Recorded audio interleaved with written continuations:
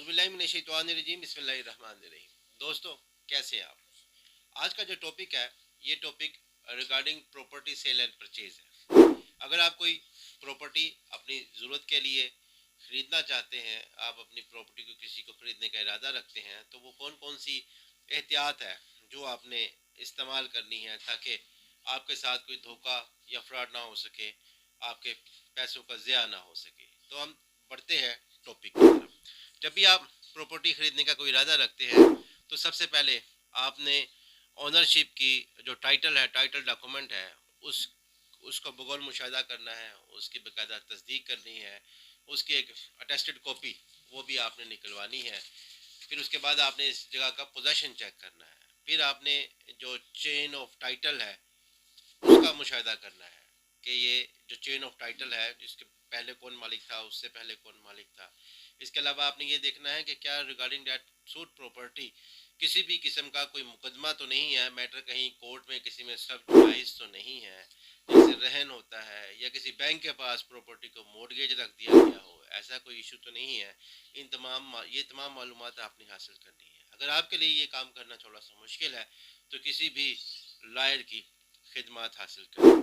जो concerning property dealer है उससे रब्ता करें, उससे मालूमात लें, ताकि वो आपको प्रॉपर्टी के मुतालिक बेहतर से बेहतर तौर पर गाइड कर सके। इसके अलावा आपने रजिस्टर सेल डीड इसकी बनवानी है। रजिस्टर सेल डीड आपने हमेशा से किसी एक मुस्तनद जो वकील साहब हैं उनके ज़रिए से बनवानी है। म्यूटेशन इंतकाल को आपने चेक करवाना है। चेन ऑफ टाइटल का मैं जिक्र कर चुका हूँ।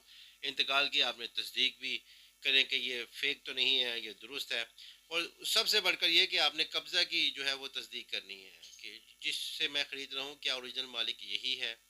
जो प्रॉपर्टी जिसकी बाबत मैंने ये एग्रीमेंट कर रहा हूँ, मैं ख़रीद रहा हूँ, ये पोजेशन इस वक्त किसके पास है। इस पोजेशन के ऊपर अगर कोई किराएदार बैठा हुआ है तो उसका किराएदारी चेक करें, क्या वो बाकायदा रजिस्टर्ड है या नहीं है, उसका थाने में इंदराज किया गया या नहीं किया गया, ये तमाम मालूमात आपने लेनी है, चेक करनी है। अलावा जी आपने देखना है कि प्रॉपर्टी टैक्स इस प्रॉपर्टी के ऊपर जो आप जगह जायदाद प्लाट है, मकान है जो आप खरीद रहे हैं, क्या इसमें कोई इशू तो नहीं है, इसके ऊपर कोई टैक्स वाजिबुल अदा तो नहीं है। NOC नॉन ऑब्जेक्शन सर्टिफिकेट आप मुतलका जो प्रॉपर्टी टैक्स डिपार्टमेंट है आप उससे हासिल करेंगे। इसके अलावा पानी, बिजली, गैस, ये जितने भी वाजिबात हैं, ये तमाम के तमाम ये सारे के सारे क्लियर होने चाहिए। इसके बाद ये आपका जो ये मकान है, ये प्लाट है, ये बिल्डिंग है, ये जो भी कोई चीज़ है, इसका जो नक्शा है ये मुतलका अथॉरिटी जैसे LDA है, KDA है, CDA है, इससे बाकायदा तौर पर ये मंजूर शुदा होना चाहिए।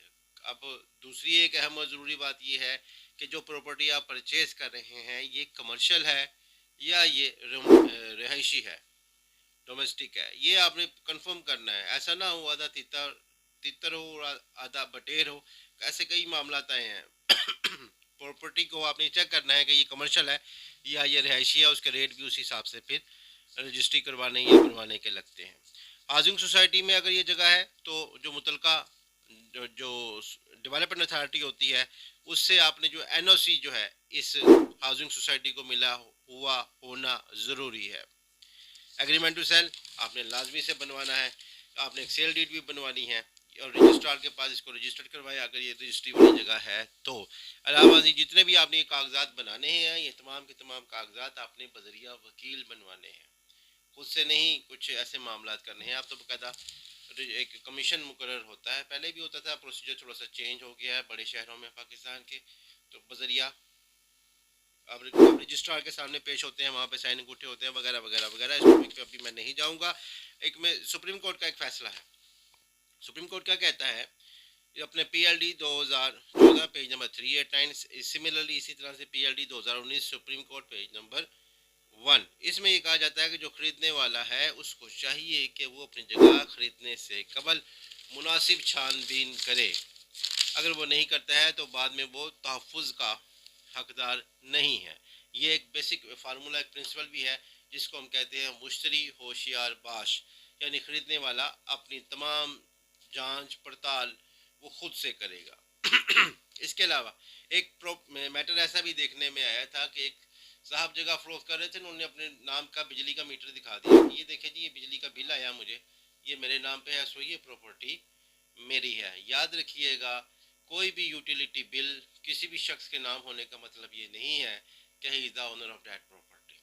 आपने अपने प्रॉपर्टी के मुतालिक तमाम मालूमात खुद से हासिल करनी है। इसमें बाकायदा सुप्रीम कोर्ट का एक डिसीजन भी है 2025 SCMR पेज नंबर 211 कि कोई भी यूटिलिटी बिल किसी भी शख्स के नाम होने का मतलब ये नहीं है कि वो इस जगह का मालिक है। सो ये कुछ ज़रूरी एहतियातें थी कि आपने पोजेशन चेक करना है, पेपर चेक करने हैं, आपने प्रॉपर्टी डीलर से रब्ता करना है, आपने कोर्ट की कोई प्रोसीडिंग है उसके मुतलका मालूमात आपने लेनी है, आपने अटेस्टेड डॉक्यूमेंट निकलवाने हैं। ये तमाम कुछ ज़रूरी चीज़ें थी जो कुछ किसी भी प्रॉपर्टी को परचेज़ करने से कबल ये एहतियात आपको इख्तियार करनी है, अदरवाइज़ कोई ना कोई परेशानी होने का अंदेशा है। सो उम्मीद करता हूँ आज का टॉपिक आपको पसंद आया होगा। अगर टॉपिक अच्छा लगे तो इसको लाइक कीजिएगा, शेयर कीजिएगा और राशि नज़ीर शेख यूट्यूब चैनल को सब्सक्राइब जरूर कीजिएगा।